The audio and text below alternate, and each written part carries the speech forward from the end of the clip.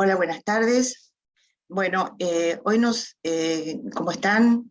Hoy nos ocupa el tema asfixia perinatal. Vamos a tratar de hacer un enfoque con el ultrasonido, pero básicamente basado en lo que es la fisiología también de la asfixia perinatal. Así que bueno, como les comenté, vamos a pasar entonces por alteraciones hemodinámicas, cardíacas, pero básicamente multiorgánicas. Para lo cual vamos a pasar primero por la definición de asfixia perinatal, la fisiopatología de la hipoxia-isquemia, las consecuencias hemodinámicas, el remodelado cardiovascular, implicancias desde el tratamiento, efectos hemodinámicos del tratamiento, y vamos a ver algunos casos clínicos. Según la Academia Americana de Pediatría, se define como asfixia perinatal acidosis metabólica o mixta con un pH de cordón menor de 7, Apgar menor de 3 a los 5 minutos, presencia de manifestaciones neurológicas en el periodo neonatal inmediato, derivadas de la hipoxia o de la isquemia, como pueden ser convulsiones, hipotonía, o como manifestaciones de encefalopatía hipóxico-isquémica. Y hay evidencias, obviamente, del compromiso multiorgánico. Cuando analizamos un poquito el origen de una encefalopatía o de un evento hipóxico-isquémico, no podemos dejar de recordar la situación fetal, que siempre trato de traerlas en las charlas, porque si no entendemos esto es muy difícil poder entender lo que es redistribución de flujos y protección de áreas, ¿no es cierto?, como es el corazón y el cerebro en la etapa fetal. O sea, sabemos que cuando se produce un evento hipóxico-isquémico, el origen suele ser desconocido. O sea, puede tratarse de eventos que hayan precedido al nacimiento y que hayan hecho al feto más lábil al momento de nacer, con menos reserva para adaptarse a la vida extrauterina, o puede tratarse de eventos agudos que se desarrollen al momento del nacer. Así es, porque recordamos que intrauterinamente, donde la placenta es el órgano vital, y es quien envía la sangre, ¿no es cierto?, a través de la vena umbilical y del ductus venoso, disculpen, y del ductus venoso, quien es el modulador de los flujos en la vida fetal, y llega a la cava, y por la cava se redirecciona el flujo por efectos del ductus venoso hacia las cavidades izquierdas.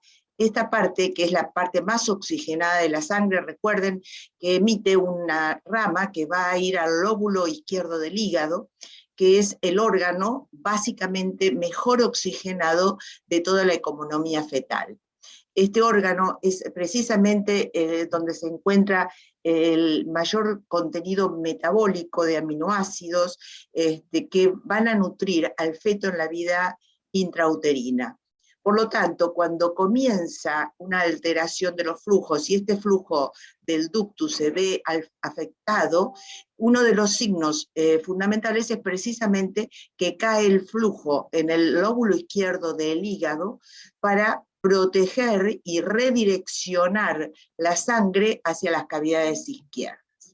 Esto hace de que precisamente uno de los signos, cuando este evento se produce en forma precoz y se prolonga a lo largo del tiempo, que incide en el crecimiento fetal. Entonces uno ve que el bebé está creciendo menos, ¿no es cierto? No sabemos exactamente por qué, y cuando analizamos los flujos nos encontramos con un ductus que está redireccionando la sangre, que está con menos flujo y por lo tanto con menos perfusión en el lóbulo izquierdo del hígado. ¿Para qué redirecciona la sangre? Bueno, básicamente para que a través del foramen oval vaya a las cavidades izquierdas y de esta manera la sangre mejor oxigenada vaya a la mitad superior del cuerpo. No nos olvidemos que las coronarias nacen en el comienzo y en el nacimiento de la aorta, Por lo tanto, uno de los flujos que se protege es el flujo coronario. Y el otro flujo importante que se protege es el del cerebro, porque recordemos que la mitad superior del cuerpo es el 80% flujo cerebral. Hay una realidad también, obviamente, que una parte de esa sangre se va a mezclar con la de la cava superior y va a ir a las cavidades derechas para llevar la sangre a través del ductus a la aorta descendente y luego a través de las arterias umbilicales a la placenta para ser oxigenada. Pero recordemos que esta sangre bien oxigenada se redirecciona en situaciones de evento hipóxico isquémico para proteger estas áreas.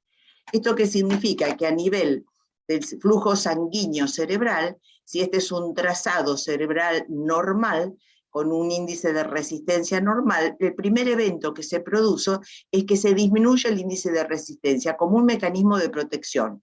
O sea, la sangre que pasó a las cavidades izquierdas empieza a fluir hacia el cerebro, haciendo que la diástole se eleve y de esta manera el índice de resistencia disminuye. O sea, es el primer evento que, bueno, uno también lo ve en la anemia, ¿no es cierto?, fetal, cuando lo más típico es cuando en el RH, por ejemplo, el bebé se pone anémico, que se controle el flujo cerebral como un indicador de anemia fetal. Ahora, este circuito, ¿no es cierto?, de protección o de ahorro puede llegar a claudicar, y ahí entonces el flujo cerebral ya deja de tener estas características para hacer un flujo que en diástole se encuentra ausente o incluso se encuentra reverso. Esta situación es realmente una urgencia porque estamos ante una situación de altísimo riesgo en el cerebro del bebé. Así que bueno, recordar entonces que cuando este circuito cae y la redistribución ya no se produce como está programada por el ductus venoso, entonces puede hacer una isquemia miocárdica, una encefalopatía hipóxico-isquémica, puede haber una disfunción miocárdica, acidosis y por supuesto hipoxia. Al producirse el evento o el insulto hipóxico-isquémico perinatal, hay una clínica al nacer que es característica. Nosotros vemos que la frecuencia cardíaca del bebé puede estar baja en bradicardia, y esto tiene relación con una disminución en la repolarización del nodo sinoauricular. La presión arterial en general, ante un evento de estas características, lo que hace es aumentar la presión arterial diastólica, pero desciende la presión arterial sistólica. O sea, hay vasoconstricción y esto genera disminución del gasto cardíaco. El color, el relleno capilar tienen que ver con hipoperfusión, y esto genera palidez y un relleno capilar prolongado. Por la misma razón y por hipoperfusión al órgano, que es en este caso en los riñones, la diuresis puede encontrarse en oligo o en anuria, y esto está generando, seguramente está identificando algún grado de daño renal. En cuanto a los gases en sangre, dada la lactoacidemia que generalmente acompaña esta situación, suele haber acidosis metabólica, lo que está indicando injuria tisular, y acidosis láctica. Cuando se produce una disfunción sistémica, un evento hipóxico isquémico perinatal, se produce una disfunción sistémica multiorgánica.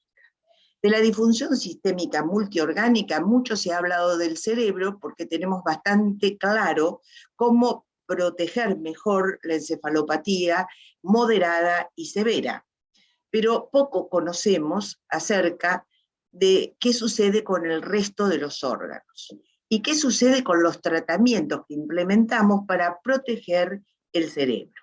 Así sabemos que existe concomitantemente con la encefalopatía o con el insulto hipóxico isquémico una disfunción miocárdica, que esta tiene una incidencia entre el 30 y el 82% en los neonatos con encefalopatía, que pueden tener inestabilidad hemodinámica y que esta acompaña al 33 al 77% de los pacientes asistidos con hipotermia.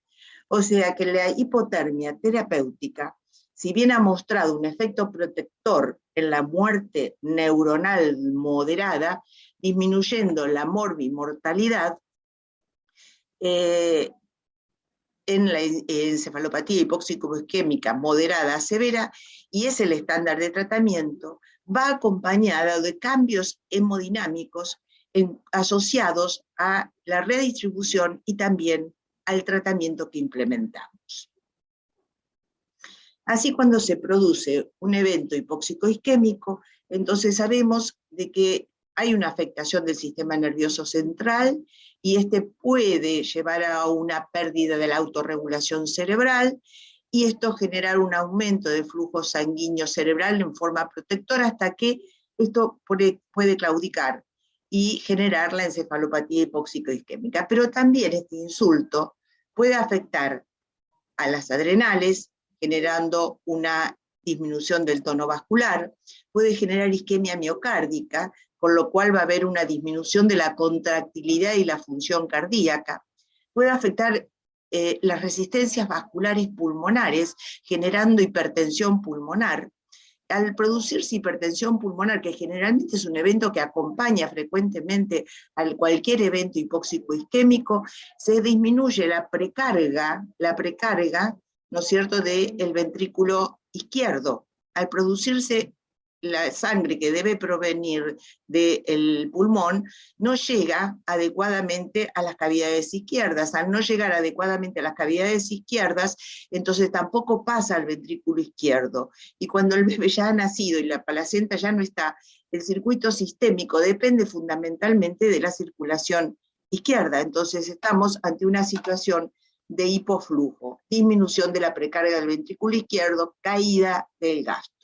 Si a esto sumamos que pudo haber habido una isquemia miocárdica importante, esto se suma a una disfunción que va a generar aún más dificultades en mantener el gasto cardíaco. Como bien sabemos, tanto el tono vascular como el gasto cardíaco son variables que van a generar injuria miocárdica isquémica. Esta injuria miocárdica, en cuanto a las coronarias, porque genera, obviamente, al caer el gasto, también perfunden más las coronarias, pero no solamente va a ser del corazón, puede ser multisistémica. En cuanto al corazón, sabemos que va a generar una depresión de la función cardíaca, caída del gasto del ventrículo izquierdo, no podrán bajar un poco el tono, hipertensión venosa pulmonar, porque al caer el gasto hay dificultades para que fluya la sangre hacia las cavidades izquierdas, y entonces esto genera una rémora en la circulación venosa que se va a transmitir al pulmón, que a su vez está afectado por la hipertensión pulmonar. Mantiene las resistencias vasculares pulmonares entonces elevada, hay disfunción del ventrículo derecho, hay caída del gasto ventricular derecho, más hipertensión venosa pulmonar, por lo tanto va a haber cada vez menos flujo sistémico.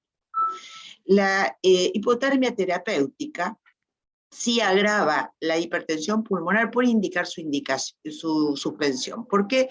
Bueno, básicamente porque al generar aumento de las resistencias por la vasoconstricción, entonces puede generar aún más compromiso de la circulación sistémica. Sin embargo, hoy en día no hay total acuerdo de que en hipertensión pulmonar se deba suspender inmediatamente el tratamiento. Eso lo vamos a comentar en algún momento de la charla. Hay disfunción biventricular, puede haber una miocardiopatía asociada a la isquemia, como uno de los pacientes que le voy a mostrar, y bueno, y si uno tiene la posibilidad de hacer marcadores bioquímicos, puede demostrar. Bueno, eso decíamos que sucedía entonces cuando sucedía injuria miocárdica isquémica. Ahora, en esa situación, nosotros a veces va acompañada de una encefalopatía, otras veces simplemente nos encontramos con un paciente que nace con mala perfusión, que cuando, sin embargo, el pH o las indicaciones de tratamiento con hipotermia no están tan claras. Entonces, pero resulta que vemos un paciente que se encuentra en hipotensión, que está mal perfundido, que no lo vemos hemodinámicamente bien, le hacemos un ecocardiograma y vemos ciertas pautas que nos están indicando que ese ventrículo o ese corazón ha sufrido intrauterinamente. Sin embargo, no tiene tratamiento de hipotermia. Así que hay un grupo de pacientes que no requieren tratamiento de hipotermia, pero que sí disfuncionan también. Entonces, en este grupo de pacientes que generalmente cursan con hipotensión, McNamara en 1916 hizo una revisión en cuanto a los tratamientos, a los hallazgos ecocardiográficos y a la meta de cada tratamiento. Un bebé que se encuentra hipotenso, pero que se encuentra con oxígeno normal, ¿no es cierto?, y que tiene una disfunción del ventrículo derecho y del izquierdo también, lo que necesita es aumentar su inotropismo. En ese caso, ¿qué drogas vamos a elegir? Bueno, ahí vamos a elegir la dobutamina, la epinefrina, y en tercer lugar, cuando es refractario esto, entonces la hidrocortisona puede ser una buena opción. Cuando la presión arterial se encuentra baja, pero nos encontramos ante hipertensión pulmonar, entonces la meta, ¿cuál va a ser? Disminuir las resistencias vasculares pulmonares para aumentar el flujo sanguíneo pulmonar. Entonces, en este caso, la primera indicación va a ser que tengamos, tratar de bajar las resistencias vasculares pulmonares a través de un vasodilatador como es el óxido nítrico, si ya hemos logrado una adecuada ventilación con una oxigenación, que sabemos que el mejor vasodilatador pulmonar es el oxígeno. Todo esto siempre y cuando el bebé no tenga una disfunción del ventrículo izquierdo, porque si no a esto le vamos a estar agregando la plétora generada por una aurícula que no puede drenar su sangre al ventrículo izquierdo y que las venas pulmonares no pueden drenarlo en la aurícula izquierda. Y esto va a generar, ¿no es cierto?, una rémora en todo la circulación pulmonar que va a agravar la situación de hipertensión pulmonar. O sea, siempre asegurarse, cuando uno va a administrar óxido nítrico, primero de tener una óptima ventilación y también de que los ventrículos estén funcionantes. En segunda opción, uno puede agregar al tratamiento del óxido nítrico y a estas observaciones que les acabo de hacer, la vasopresina. La vasopresina, que ya les comenté, creo, en la última charla, hay bastante evidencia actual que el uso a bajas dosis y durante un tiempo breve tiene un efecto vasodilatador sobre el pulmón, a diferencia de lo que lo hace sobre el territorio sistémico. Sabemos que es un vasopresor. Sin embargo, a nivel del pulmoncito genera liberación de óxido nítrico y esto tiene un efecto vasodilatador. Ahora, no se recomienda su uso durante mucho tiempo debido a los efectos indeseables que tiene. Sabemos que produce hiponatremia, que puede, bueno, que es una droga con efectos indeseables. La otra droga, elección, podría ser la norepinefrina. La norepinefrina sabemos que también tiene un efecto vasodilatador en el pulmón. No tan evidente, pareciera ser como la vasopresina, pero son dos opciones. En primer lugar vasopresina, en segundo lugar noradrenalina. Por último, si estamos ante una situación en la cual no logramos oxigenar al paciente y necesitamos descargar ese pulmón, porque ese pulmón está con una situación donde las resistencias están muy altas, entonces por ahí una de las opciones importantes es abrir el ductus. ¿Por qué abrir el ductus? Porque el ductus arterioso permeable es un ductus que es una puerta, digamos, de descarga a la hipertensión pulmonar. O sea que si nos encontramos ante una situación de estas características, pero con un ductus arterioso restrictivo, entonces ahí una de las opciones es administrar prostaglandinas. Y por último, por supuesto, la hidrocortisona en los pacientes refractarios. Si la hipotensión va acompañada de disfunción del ventrículo izquierdo y de hipertensión pulmonar, ya algo adelantamos, entonces la meta es obviamente inotropismo y tratar de mejorar o aumentar el shunt de derecha a izquierda para aumentar el flujo sanguíneo sistémico y de alguna manera proteger el resto de los órganos. Entonces, en ese caso, la opción sería dobutamina más prostaglandinas. Si la dobutamina no tiene los efectos que buscamos, entonces epinefrina, y por último, hidrocortisona.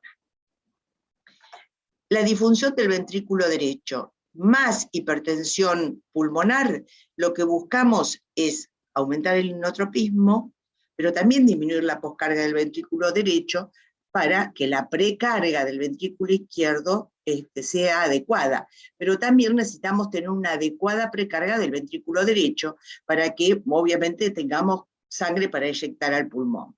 Entonces, ahí las opciones terapéuticas serían primero dobutamina más óxido nítrico.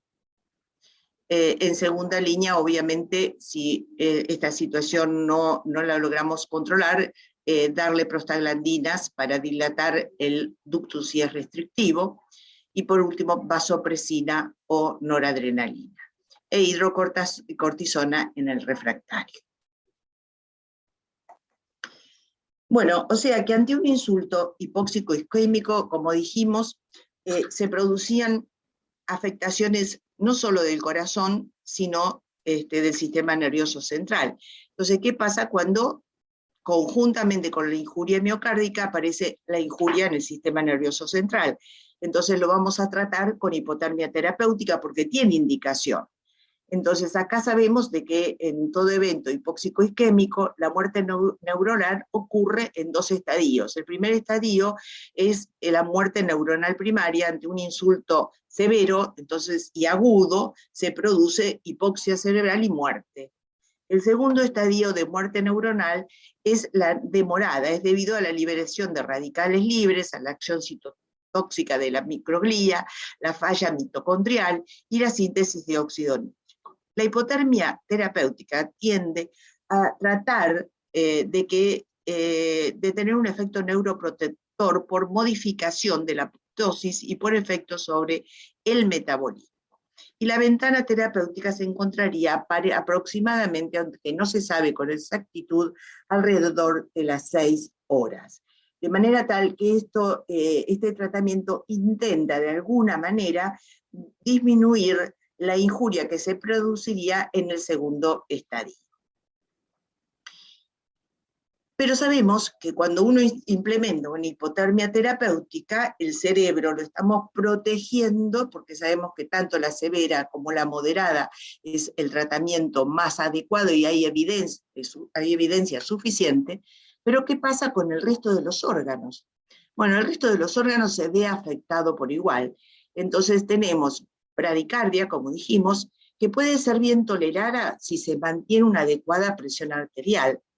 Cuando hay hipotensión, al disminuir el gasto y causar vasoconstricción, puede hipotensarse entonces el bebé. La evaluación con ecocardiografía es lo que se recomienda para controlar el gasto. La presión arterial media debe mantenerse alrededor de más de 40, o en el contrario, hay que tratarla, ¿no? Y puede producirse arritmias con QT prolongado o arritmias incluso ventriculares asociadas a la misma isquemia, ¿no es cierto? En cuanto a lo respiratorio, puede producirse disminución de la producción de surfactante, por lo que tanto podemos tener aún en pacientes cercanos al término un colapso, atelectasia, y entonces esto es importante recordarlo, porque más de una vez administrar óxido nítrico en un pulmón atelectásico obviamente no va a llegar a los sitios de acción. La hipoxemia, obviamente asociada al evento hipóxico isquémico, aumenta las resistencias vasculares pulmonares. Y por otra parte también compromete la entrega de oxígeno, porque hay un desplazamiento de la curva de la oxihemoglobina por el mismo evento. Hay desbalance de electrolitos, y este desbalance se manifiesta, por supuesto, en hipocalemia, hiponatremia, hipomagnesemia, hipofosfatemia, de ahí los controles que son de rigor durante el tratamiento de hipotermia. La coagulopatía, que muy frecuentemente la vemos porque se alteran los factores de coagulación por disminución del metabolismo hepático y afectación a veces por necrosis hepática, pero también hay una disfunción de las plaquetas. Sepsis, hay mayor incidencia de sepsis por disminución de la respuesta proinflamatoria. El vaciamiento gástrico suele estar enlentecido. Pero hay también efectos adversos asociados al recalentamiento. Entonces, y ahí que vamos a detallar la manera en que debemos controlarlos, pueden producirse convulsiones, apneas, hipotensión por vasodilatación. Así que cuando nosotros implementamos un tratamiento como la hipotermia terapéutica, que es el estándar de cuidado para evitar la muerte o el compromiso en el neurodesarrollo, igualmente ocurre en el 45, el 55%. ¿Cuál es la razón de que pese al tratamiento? Y bueno, gran parte es producto de que hay una gran inestabilidad hemodinámica, entre el 33 y 77% en hipotermia terapéutica. El otro motivo es que a veces, ante la hipotensión, compulsivamente la tratamos, sin tener un claro conocimiento o entendimiento de qué es lo que le está pasando a ese corazón y a la circulación en general, y cómo está el gasto. La disfunción multiorgánica suele acompañar a la cardiovascular, entonces nos encontramos con oliguria, anuria, nos encontramos con compromiso, ¿no es cierto?, hepático severo, con coagulopatías. El 62% de los neonatos con encefalopatía hipóxico-isquémica reciben inotrópicos al menos por 24 horas. La pregunta es si siempre están indicados. Vamos a ver, vamos a tratar de aclararlo, aunque nos van a quedar más dudas que respuestas después de esta charla, se lo puedo asegurar. Bueno, así entonces, cuando nos encontramos ante un evento hipóxico-isquémico y implementamos hipotermia, entonces hay una afectación sobre los flujos sistémicos, y puede haber daño neuronal inmediato en cuanto a la circulación cerebral, y lo que uno procura es tratar de disminuir la demanda, ¿no es cierto?, metabólica del cerebro. Ese es el sentido que le damos a la hipotermia para proteger el cerebro. Ahora, ¿qué pasa con el resto de los órganos? O sea, vamos a ver el sistema nervioso central, se produce redistribución, puede haber pérdida de la autorregulación y puede haber, entonces, de esta manera, aumento del flujo sanguíneo cerebral, y esto estará asociado a injuria en la reperfusión. Esto lo vamos a ver cómo lo podemos medir. Una de las maneras de poder cuantificar de qué manera está el flujo sanguíneo cerebral es a través de la relación entre el gasto y el flujo en vena cava superior. O sea, el flujo en vena cava superior sobre el gasto mayor de 55% está indicando que el flujo en la mitad superior del cuerpo realmente se encuentra muy elevado. Y esto está hablando de un riesgo de injuria en la reperfusión. Sobre el resto, sobre el corazoncito, sabemos que produce isquemia miocárdica, que puede producir isquemia miocárdica, puede aumentar, ¿no es cierto?, la hipoperfusión porque produce vasoespasmo de las coronarias, puede disminuir la contractilidad. La misma hipertensión pulmonar disminuye la precarga del ventrículo izquierdo, y esto incide en que disminuya el gasto. De hecho, con el tratamiento está demostrado que alrededor de un 30% desciende el gasto. Esta disfunción, puede haber un aumento de la disfunción miocárdica, con lo cual también se agrava aún más la situación de caída del gasto. Y esto entonces lleva a una falla multisistémica e injuria isquémica. Una de las maneras de controlar cómo está el flujo en la mitad inferior del cuerpo, dijimos, cómo controlarlo en la mitad superior. ¿Cómo controlarlo en la mitad inferior? Bueno, a través del índice de resistencia en la aorta descendente. Estos ahora se los voy a mostrar cómo se ve con ecocardiograma, es muy fácil de calcular y uno puede básicamente ver cómo está perfundiendo la mitad inferior del cuerpo. Y si uno ha desarrollado ya la destreza en ultrasonido, puede ir individualmente controlando los flujos a los riñones, el flujo al hígado, el flujo al intestino, el flujo sistémico en general. Así que dijimos entonces que cómo inciden estos en la injuria de reperfusión. Con el recalentamiento va a aumentar el metabolismo cerebral. Por el aumento del metabolismo cerebral pueden liberarse radicales libres.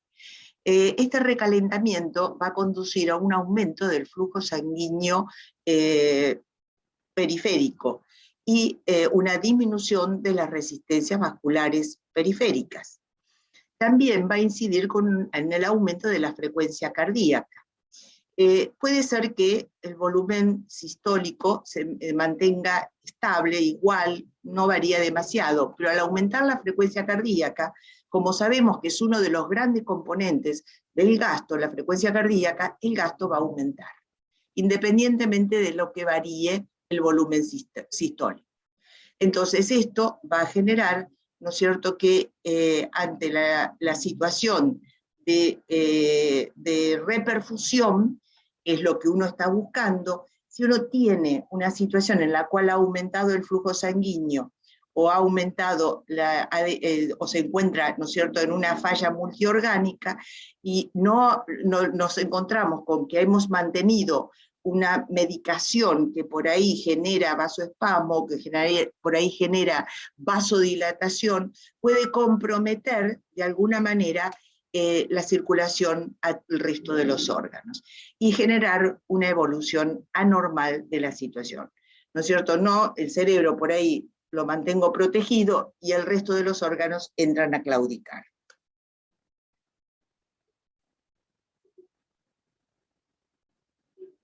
Bueno, lo que les decía, ¿cómo controlamos los flujos? Los flujos, bueno, a través del índice de resistencia a la aorta descendente, yo puedo calcular perfectamente, colocando en la aorta descendente un Doppler, cómo es la sístole y la diástole. Esto sería un índice de resistencia normal, pero si ese índice de resistencia se encuentra de estas características, o sea, tengo una diástole ausente o reversa, entonces estoy sabiendo de que la mitad inferior del cuerpo no está recibiendo un buen flujo.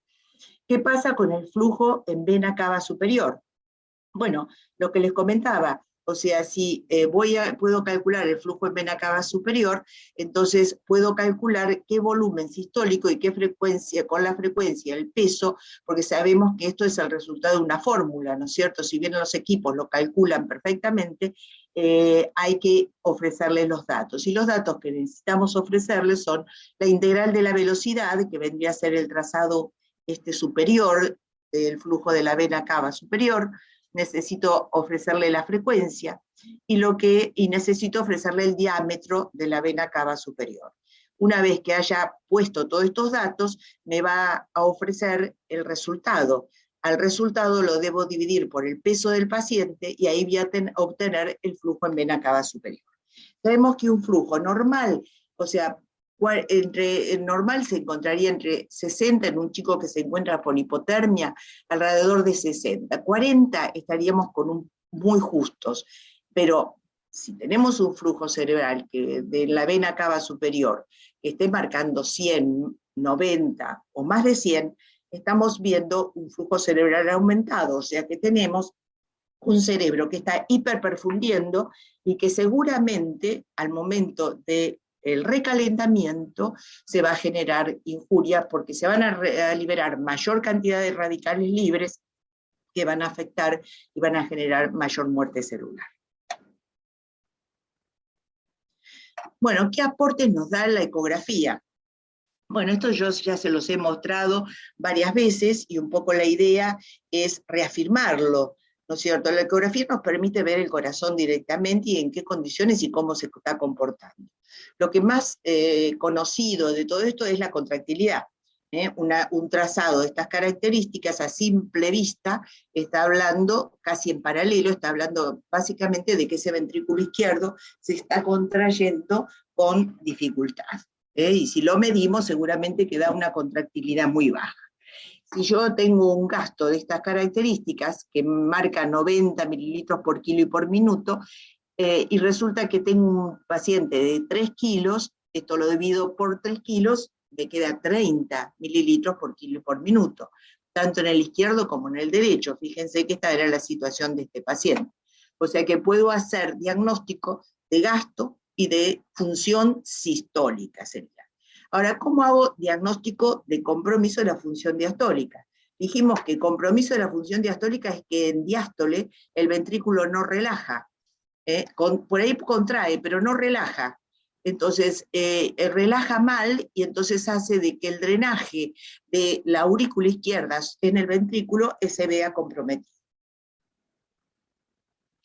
Esto conlleva a que la aurícula izquierda se vea agrandada, no solo agrandada, sino que aparte, las venas pulmonares, ¿no es cierto?, no van a poder drenar adecuadamente. ¿Puedo ver las venas pulmonares? Claro, este sería un trazado de venas pulmonares. Si este flujo se encuentra por debajo de 50, es muy aplanado, está indicando de que esta aurícula no puede recibir la sangre procedente del pulmón, y por lo tanto, este ventrículo disfuncionante, ¿no es cierto?, y esta aurícula que está comprometida porque no puede eyectar la sangre dentro del ventrículo izquierdo, van a generar en conjunto un hipoflujo sistémico, que va a agravar la situación de evento hipóxico isquémico. O sea, un volumen normal de la aurícula izquierda es aquel que se encuentra por encima de 1.5, y es un marcador de función diastólica. El otro marcador importante es el flujo a través de la mitral. ¿Se acuerdan cuando vimos función? Hablábamos de flujo mitral. ¿Y flujo mitral qué es? Es bifásico. Es bifásico como es el flujo tricuspidio. O sea, aquí hay un llenado rápido y hay una sístole auricular. Entonces, este llenado rápido en el neonato, lo característico es que tiene que ser inferior a la sístole auricular. Es trazado, es patológico. Acá está indicando de que la sístole no tiene espacio para meter sangre dentro del ventrículo. Entonces, fíjense la onda pequeña en relación al llenado diastólico. Esto a través del flujo, ustedes saben que hay algunos equipos, bueno, nosotros lo tenemos, aunque no es de máxima tecnología, pero nos permite hacer un Doppler tisular y poder evaluar el flujo, el movimiento del músculo cardíaco. Si uno puede evaluar el movimiento del músculo cardíaco y compararlo con el flujo que atraviesa la válvula mitral desde la aurícula hasta el ventrículo izquierdo, entonces nos encontramos ante la posibilidad de precisar aún más el diagnóstico. ¿Cómo? Bueno, porque primero, en la mitral una relación EA mayor de 0,9, y como es este caso, ya está indicando algún grado de disfunción diastólica. Si aparte yo mido la E', que vendría a ser el Doppler tisular, porque se invierte acá, porque es músculo lo que estoy viendo, ¿no es cierto? Entonces aquí la E', si es menor de 2.7 centímetros por segundo, es otro marcador. Y si aparte yo puedo relacionar la onda E de llenado rápido con la onda E' de movimiento muscular en el llenado rápido, y este es mayor de 18, ahí completo todos los datos. No me queda ninguna duda de que este chico está en una situación de disfunción. El otro componente, porque tenemos aparte la gran ayuda de los shunts. Los shunts, tanto del ductus, cuando está permeable, como del foramen oval, nos ofrecen posibilidades diagnósticas que no se dan en otras etapas de la vida. Así, por ejemplo, un ductus de estas características me está indicando, primero acá, que es un flujo bidireccional con presiones pulmonares a nivel sistémico. Aquí, esto como es de más de derecha a izquierda, entonces esto es una hipertensión pulmonar severa. Entonces, esta situación, ¿no es cierto?, conjuntamente con esto, ojo, porque me va a agravar la situación de hipoflujo sistémico. Ahora, si tengo un foramen oval que yuntea de esta manera, lo normal es que el foramen oval, ¿no es cierto?, yuntee fundamentalmente de izquierda a derecha, o sea, más positivo que negativo, al igual que el ductus. Pero ¿qué pasa cuando yuntea más de derecha a izquierda? Es porque evidentemente las cavidades derechas están mandando sangre a través del foramen oval a la izquierda. Y esto se traduce en un trazado por el foramen oval, ¿no es cierto?, bidireccional, y desflecado de estas características, ya no es a predominio izquierda a derecha. O sea, que todo esto sumado, o sea, y aparte, si aparte el otro evento importante es, si nosotros, vuelvo atrás, perdón. Si nosotros aparte de eso tenemos, Bueno, no se mueve, perdón, ni si me pasa la diapositiva. Creo que no se mueve esto. Bueno, acá lo que quiero mostrarles es que si tiene una regurgitación tricúpida mayor de 3.2, pero no se cumple ninguna de estas pautas, no hay una hipertensión pulmonar, sino que esto, lo que sucede es exclusivamente disfunción diastólica, porque hay rémora de las venas pulmonares, entonces voy a tener un flujo venoso pulmonar alterado, pero no voy a tener esta alteración en el flujo foramen oval. El flujo en el foramen oval va a ser de izquierda a derecha, porque no pueden drenar las cavidades izquierdas y entonces va a yuntear hacia la derecha. Entonces, esto no va a ser de esta característica. Si tengo el ductus presente, el ductus, el ductus podrá ser de variadas características, pero el foramen oval es un gran auxiliar.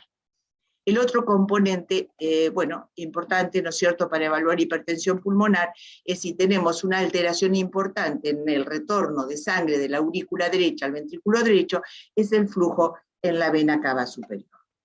O sea que estas situaciones son claramente marcadores, que son múltiples, fíjense, pero que si vamos sumando marcadores, podemos llegar a una aproximación diagnóstica más certera a la realidad. Ahora, muy bien, como decimos siempre, el corazón es parte de todo esto. O sea, tenemos que asegurar de que haya una adecuada precarga, que haya una adecuada contractilidad, que haya una adecuada función diastólica y un lucitropismo adecuada, y también una adecuada poscarga, porque todo eso conduce a una adecuada perfusión tisular. En la asfixia, esta situación puede verse francamente alterada. Pero a eso hay que sumarle que encima la situación de los órganos y cómo está la integridad tisular es un factor que debemos considerar y lo podemos evaluar. La integridad tisular lo podemos evaluar perfectamente mirando un eco. Un hígado que se encuentra de estas características, con un flujo, como van a ver ahora en este hígado, si es que me lo permite ver, sí, ahí se ve. Es un hígado que está con un muy buen flujo. Si yo tengo acá, en estos riñoncitos, este flujo, y el bebé está oligúrico, yo estoy segura de que con este flujo este bebé va a orinar, porque tiene un buen tono vascular, tiene una buena llegada de sangre al riñón. Puede tener algún grado de lesión de parenquimatosa, pero yo tengo flujo, o sea que puede llegar a filtrar. Luego vi que obviamente va a modificar esto que estoy diciendo respecto a los flujos y a la integridad, es a la autorregulación de cada tejido, como pasa obviamente con el cerebro y con cada uno de los órganos.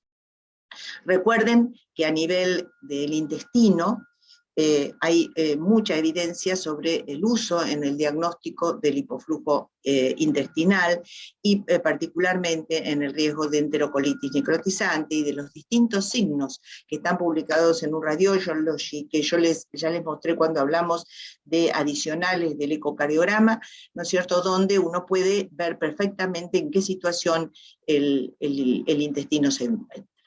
Entonces también es muy importante que recordemos que la saturación de oxígeno de la hemoglobina juega un rol fundamental, ¿no es cierto?, porque, bueno, es uno de los componentes de la entrega de oxígeno. Y por supuesto, la integridad en la relación corazón-pulmón a través de una vía aérea permeable y adecuada, una respiración adecuada, una FiO2 adecuada y un buen volumen pulmonar, sin que vayamos a un exceso de volumen, ¿no es cierto?, pulmonar. Así que la entrega de oxígeno también la podemos medir, si queremos complementar, con el NIRS, o sea, con la oximetría regional, que en realidad lo que mide el NIRS es extracción de oxígeno por parte de los órganos. De alguna manera nos está hablando de la calidad de cada tejido para funcionar.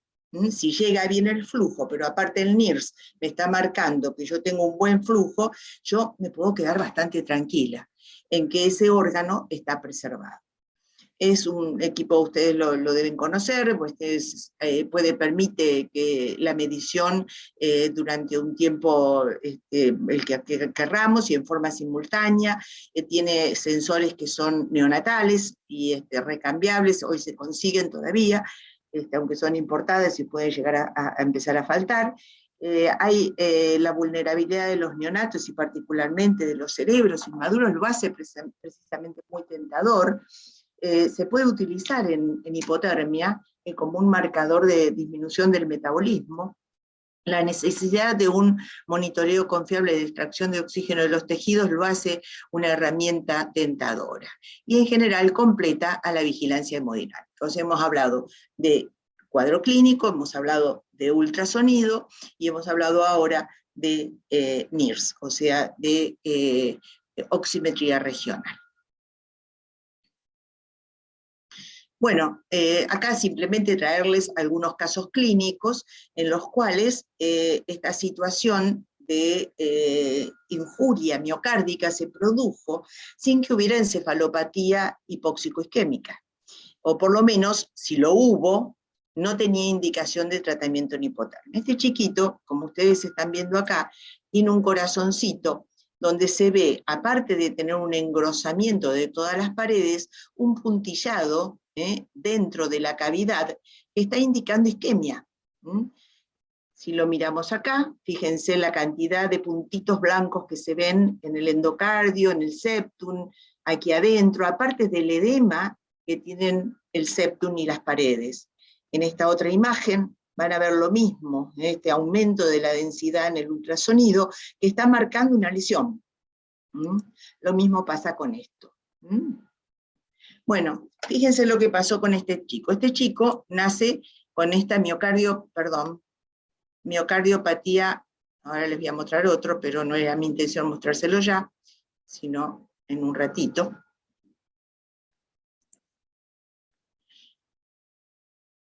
Bueno.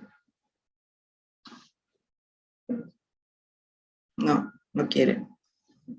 Ahí está.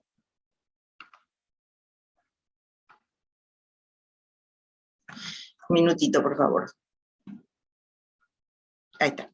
Lo que quise demostrarles es lo siguiente. Este niño nace con esta troponina, 12.397. Pasa al día siguiente a 14.668. Al día siguiente pasa a 27.000 nanogramos por litro. O sea, es un bebé que no solo nació con una isquemia, sino que progresó esa isquemia. Este bebé no estaba en hipotermia. Entonces, la pregunta es, ¿la hipotermia protege también la injuria del miocardio? No lo sé. Hay publicaciones que dicen que pudiera tener un efecto protector sobre las coronarias. Y que esto generaría que por ahí chicos que están en hipotermia y que tienen, de hecho, uno lo ve a veces, que nacen con troponina I elevada, pero que con el tratamiento de hipotermia esta troponina no hace esta curva, sino que por el contrario o se mantiene o desciende. Entonces, no sabemos cuál es el efecto de la hipotermia sobre esto, todavía. No está bien estudiado. Este bebito es un bebé parecido al anterior en cuanto al aspecto clínico y ecográfico del corazoncito. Es un miocardio edematoso, es un chico que grave, muy grave, que nació con un hematocrito de 13%. No encontramos la etiología de ese hematocrito hasta ahora, se descartaron todas las causas virales, estamos esperando la placenta, pero el bebé hace un cuadro de severa hipertensión pulmonar que lo lleva obviamente a estar en una situación muy crítica. Este bebito tuvo enzimas cardíacas también elevadas. Bueno, las características de este miocardio hacen pensar, obviamente fíjense lo que es el septum interventricular, totalmente abombado. Eso significa de que las presiones del lado derecho están aumentadas respecto al izquierdo. Por supuesto que es un ventrículo izquierdo disfuncionante, que requirió que se le tratara con milrinona, Ustedes saben que la milrinona, en caso de usar la hipotermia terapéutica, no es una droga que uno elegiría, ¿no? El metabolismo de la milrinona no es igual que el de las otras drogas, que son más cortas, sino que son más bien prolongadas, y por lo tanto no sería una droga de elección, aunque lo es en otras situaciones. Por ejemplo, en este paciente fue una droga de elección, pero no estaba en hipotermia terapéutica. ¿Por qué? Porque puede prolongar la vida media de la droga, ¿no? La misma hipotermia. Bueno, vamos a ver este chiquito. Por ejemplo, este bebé tuvo, al nacer, 3 kilos 85, 38 semanas, un Apgar de 1,7, el pH de cordón 6,92, entonces entró en hipotermia total. La oximetría regional fue de cerebro 35 y de mesentérica 25.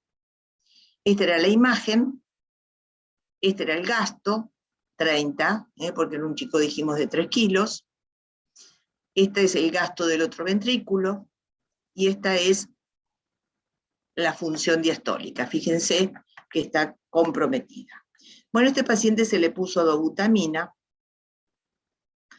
y cambió claramente la contractilidad, cambió claramente el gasto, y cambió claramente la perfusión tisular. Fíjense cómo la oximetría regional se elevó. Ahora, yo hoy en día, esto es un paciente de hace un tiempo ya, yo me pregunto si lo que hicimos es correcto. Todavía tengo dudas si realmente mejorar tan claramente, ¿no es cierto?, al día siguiente, el gasto, la contractilidad, la función sistólica y diastólica, fue a favor, o yo tengo que hacer algo más moderado. No lo sé, no lo sé, y lo traigo como una duda. Creo que todavía falta evidencia para decirnos de qué manera, ¿no es cierto?, la hipotermia terapéutica protege también al corazón. Este paciente es un paciente que siempre lo traigo porque esos son esos pacientes que uno nunca se los olvida, ¿no? Era un bebito que tenía el antecedente de un embarazo en 35 semanas de 3 kilos, era una primer gesta, nació deprimido, y lo llamativo es que tenía escleredema. O sea, como el abdomen era en tabla, escleredematoso, a tal punto que tan duro era el abdomen que no lo podíamos deprimir, y lo primero que hicimos fue llamar al cirujano. Mientras estábamos llamando al cirujano, le pusimos el ecocardio, y ahora les voy a mostrar lo que apareció. El chico como antecedentes tenía que había hecho un hidrops no inmunológico al 3er mes de vida, que había sido estudiado por un equipo muy renombrado perinatal, que no se había encontrado causa, que se había recuperado espontáneamente, se le habían hecho vellosidades, porque bueno, obviamente el hidrops hizo parte del estudio, fue el estudio de las vellosidades, y el cariotipo era normal, y se había recuperado espontáneamente, y el embarazo había continuado. Al producir la indicación de cesárea a las 35 semanas, es porque se altera el Doppler. El niño nace en esta situación, o sea, con acidosis láctica, con una seca masa elevada, una troponina elevada. Por supuesto que en los primeros días no tenía diuresis, la presión arterial 80, 68, 57, con una frecuencia cardíaca elevada, oximetría regional comprometida, hemocultivos negativos, ecografía cerebral ventrículo-megalia con bordes irregulares, ecografía abdominal, ambos riñones congestivos ligeramente aumentados de tamaño, hígado de aspecto conservado, ligeramente aumentado de tamaño, no se observaba líquido en cavidad, pero sí había edema de la grasa peritoneal. En el ecocardiograma nos encontramos con esta situación, fíjense, prácticamente no se mueven las paredes, ambos ventrículos tienen un severo compromiso de la relajación. Hay regurgitación de la tricúspide, el gradiente era de 60, o sea, presiones pulmonares de 60, pero a su vez tenía una regurgitación mitral importante porque tenía una poscarga aumentada que el ventrículo encima no podía sostener y por lo tanto regurgitaba sangre hacia la aurícula izquierda. Esto generaba a su vez una plétora hacia la circulación pulmonar, con lo cual la conjunción de ambos agravaba la situación de hipoflujo sistémico. El TAPSE y el MAPSE, que como ustedes recordarán cuando hablamos de función, miden la excursión de los anillos diafragmáticos de la tricúspide y de la mitral, también se encontraba comprometido. El gasto, obviamente, se encontraba comprometido. El flujo a nivel del foramen oral era de derecha a izquierda, pero a nivel del ductus era bidireccional por momentos y de derecha a izquierda por otros. Este bebé, bueno, requirió y se colocó inicialmente dobutamina tratando de mejorar la función diastólica, no tuvo indicación de hipotermia.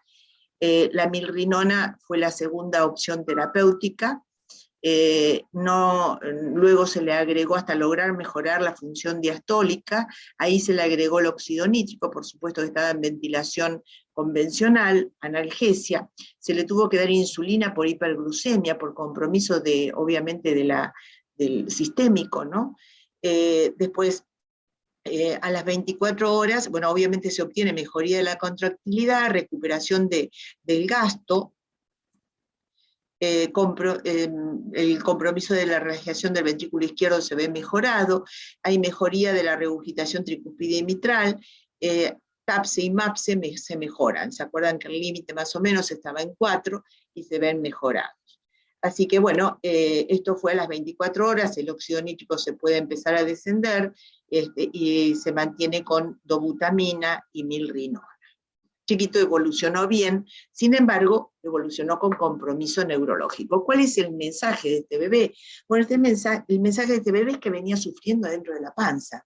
Este bebé tuvo eventos, evidentemente, adentro de la panza, que no sabemos cuáles son, pero que, bueno, sí en la placenta había compromiso placentario y tanto de la circulación materna como fetal, que hicieron de que este bebé tolerara muy mal todo lo que es el nacimiento y la adaptación tanto respiratoria como circulatoria que obliga el nacimiento. Entonces esto generó que el bebé obviamente entrara en esta situación de gravedad que, bueno, se pudo llegar a revertir, pero quedó con secuelas a nivel del sistema nervioso central. El resto de los órganos se fueron recuperando, pero el sistema nervioso central ya estaba lesionado. Esa irregularidad que presentaba en los ventrículos ahora en el seguimiento se manifestó con, obviamente, alteraciones en el neurodesarrollo.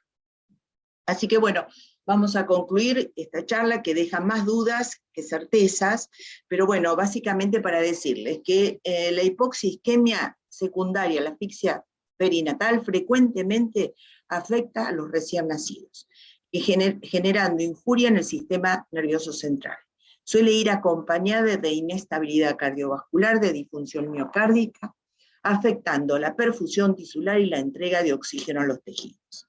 La hipertensión pulmonar complica la evolución postnatal. La autorregulación cerebral puede ser afectada por la hipotermia terapéutica y el recalentamiento, la cual conduce a injuria por reperfusión.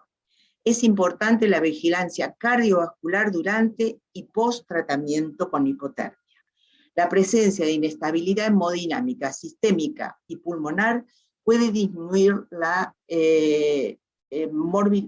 prevención de la inestabilidad hemodinámica, sistémica y pulmonar puede disminuir la morbilidad y mejorar la perfusión tisular y la entrega de oxígeno. Y la asistencia con ultrasonido en la cabecera del paciente puede contribuir positivamente en esta vigilancia. El insulto hipóxico isquémico, recuerden que ocurre en dos partes, el agudo y la isquemia de reperfusión. Los neonatos con más severo y agudo evento hipóxico isquémico tienden a empeorar su autorregulación y pueden verse menos beneficiados con hipotermia terapéutica. 2/3 de los pacientes con severo a moderado eventos hipóxico-isquémicos desarrollan disfunción cardíaca y agravan la hipoperfusión tisular. Pero recuerden que hay un porcentaje de pacientes donde no tienen indicación de hipotermia terapéutica que también tienen disfunción cardíaca. Cambios hemodinámicos significativos acompañan el tratamiento de la hipotermia terapéutica y el recalentamiento. Un radio de flujo vena cava superior, gasto mayor de 55 está indicando de que el bebé está con un flujo alto en el cerebro, y esto puede generar daño en la reperfusión. O sea que tiene mayor riesgo de lesiones en el sistema nervioso central y en la resonancia magnética.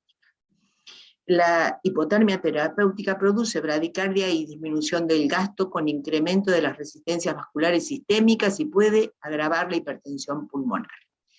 La asistencia con ultrasonido ayuda al diagnóstico y a la asistencia, así como al seguimiento longitudinal de las terapéuticas aplicadas, o sea, implementadas. Quiere decir que lo que quiero decirles básicamente, dentro de las dudas que quedan sembradas, es básicamente a nivel sistémica poco conocemos sobre el efecto de la hipotermia en relación al efecto protector y cuánto debemos corregir para preservar la salud de los órganos y para no llevar al chiquito que está en tratamiento con hipotermia a agrave su situación multisistémica.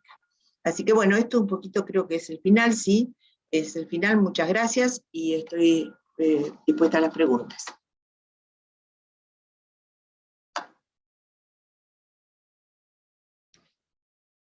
Pueden preguntar ustedes también. ¿Les quedó claro? Muchos saludos desde Bogotá, desde México, desde San Rafael, Mendoza, todos mandan saludos. Bueno, los dejé con dudas entonces, claramente, con muchas dudas, y son compartidas. La idea es, obviamente, tratar de seguir avanzando en este conocimiento. Uno está atento a lo que bibliográficamente va apareciendo, pero ahí aparece algo en el chat, me parece. A ver. Ah, no, excelente chat. Excelente. Bueno, gracias. Saludos desde Ecuador. Bueno, muchas gracias. Muchas gracias. Bueno, gracias, y la idea es que, compartir con los demás, con todos los que quieran, estas dudas, y poder de alguna manera tratar de responderlas, ¿no? O sea, a lo largo del tiempo, a través de la bibliografía que uno vaya encontrando, compartirla. Compartir los conocimientos es parte de nuestra obligación, o sea, los conocimientos no son propios, siempre lo decimos, ¿no es cierto?, sino son producto de lo que otra gente también ha investigado y ha logrado, y eso nos hace y nos da la obligación de que cuando lo leemos, cuando lo unimos, cuando lo pensamos, poder compartirlo con los demás. A ver qué dice, muchas gracias, excelente, toda una duda, pues cuántas dudas. En aquellos pacientes con asfixia y encefalopatía leve que no entran en hipotermia, ¿cómo seguimos la parte cardiovascular? Qué interesante. Le haría eco y seguimiento de laboratorio, electrocardiograma, sí, todo eso, porque precisamente estos pacientes que no tienen indicación de hipotermia terapéutica son precisamente los que, como el que les mostré, los que van elevando las enzimas. Y probablemente sea porque algún efecto debe tener la hipotermia en la protección de la circulación coronaria. Hay que hacerle todo, en lo posible eco, en lo posible hacer un seguimiento de laboratorio con troponina, y en el electrocardiograma siempre recordar que los trastornos de la repolarización son característicos, el QT prolongado, todos estos son signos de trastornos de repolarización que pueden verse en una afectación. O sea, si uno no tiene el eco, por lo menos tener un electro, y si tiene la posibilidad de un laboratorio con troponina ahí es lo más sensible, así que es lo que recomendaría. No sé si contesté la pregunta.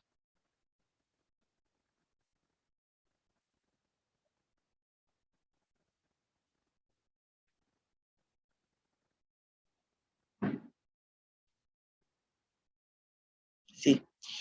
Nos insta a continuar la preparación, sí, absolutamente, absolutamente, absolutamente, sí, los insto a que continúen usando el ultrasonido. Yo hace muchos años que lo hago y todavía sigo aprendiendo, así que creo que es importante que uno utilice esta herramienta. O sea, sin descartar la clínica. O sea, nadie dice que la clínica no sigue siendo soberana, nadie dice que la presión arterial no siga siendo un indicador importante, que el flujo a los órganos a través de la diuresis, que es uno de los marcadores más importantes, no sea importante. Pero el ultrasonido agrega, junto con la oximetría regional, elementos que de otra manera no los podríamos tener. Es recomendable el BAFO y el sildenafil en el caso de no tener óxido nítrico, sí, claro, sí, sí. Sí, el BAFO obviamente básicamente para que uno, si no tiene seguridad de que tiene una adecuada ventilación con ventilación convencional. No por esto, no por la asfixia simplemente, sino porque básicamente si no tiene una buena ventilación o no logra una adecuada oxigenación, entonces por ahí le falta la asistencia de una ventilación de alta frecuencia. Y si no tenés óxido nítrico, también el sildenafil es una opción. De hecho, este bebito que les estoy comentando del anémico, ¿no es cierto?, en su evolución parecía ir mejorando, seguía con milrinona, y resulta que el bebé se logra extubar y empieza a hacer episodios de hipertensión pulmonar. O sea, este bebé es probable que a la larga, en forma próxima y a largo plazo, desarrolle una hipertensión pulmonar de por vida. Y ese chiquito va a tener que ser seguido muy de cerca. En este momento se encuentra con propanolol y se le agregó sildenafil porque hace crisis de hipertensión. Entonces el primer intento, porque se malperfundía obviamente, porque caía el flujo sistémico, al aumentar las resistencias vasculares pulmonares por el evento ¿no es cierto?, de vasospasmo, entonces disminuía el retorno a las cavidades izquierdas y disminuía la perfusión tisular. Y de esta manera entonces se intentó bajar las resistencias con sildenafil para no colocarle óxido nítrico, pero es la segunda opción, volverle al óxido nítrico. De Bélice, siempre están presentes. Gracias a todos, de tan lejos. Bueno, muy estimulante el interés de todos,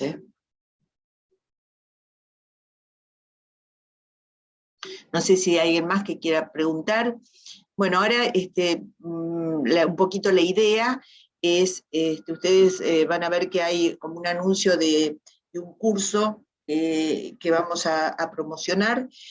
Todavía no tenemos muy claro, pero creemos que en agosto va a estar disponible para que llegue a más lados y la gente lo pueda adquirir, con la idea de hacer una especie de feedback conmigo. O sea, como soy la autora de este curso, entonces tengan un feedback, o sea, en la medida que vayan desarrollando los distintos módulos, para preguntas, para intercambios, para dudas, y para ir formándose a distancia, ¿no es cierto?, en esto que es el ultrasonido. Por lo tanto, estoy abocada en este momento a darle curso a esto, para que ustedes dispongan de esta posibilidad, y bueno, me tengan a disposición para todas las dudas en la medida que vayan desarrollando los distintos módulos.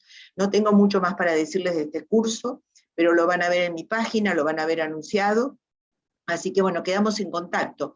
Mientras tanto van a encontrar colgadas en las redes avisos de encuentros o de charlas que, bueno, que tienen que ver con esto, u otros temas que obviamente siempre son de interés en la práctica diaria.